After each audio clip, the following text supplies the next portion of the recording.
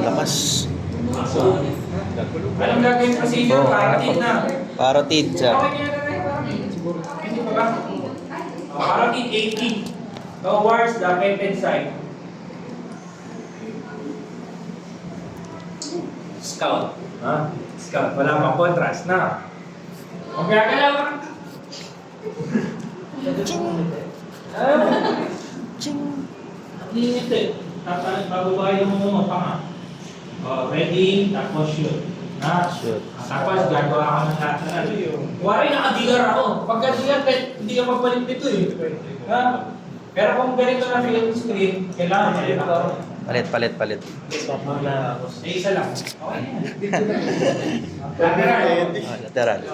True lateral ba ka? True lateral ba pagka-parking?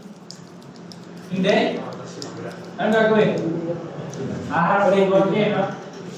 Harap din konti, no? Anong gagawin?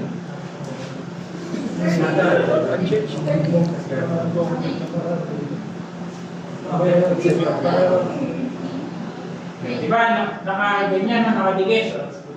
Sa harap siya konti, pagpunta dun sa kasi 15 degree. 15 degree.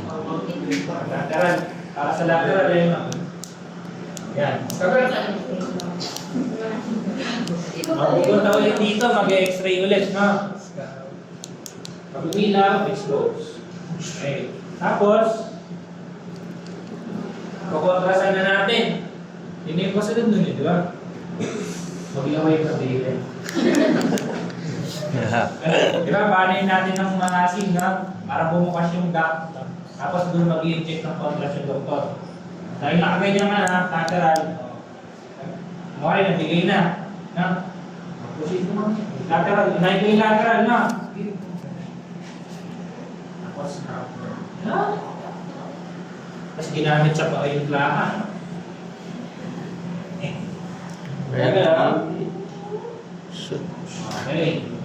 Then, AP ulit. Na? AP ulit. Okay, nagpalit na ulit ako ng plaka ha. May contrast na to. No? AP, harap ulit dito konti. Ulit ako dito. Good. Tapos, ang parotid lang. Dalawang with contrast, dalawang. Optional lang naman yung ano, sir.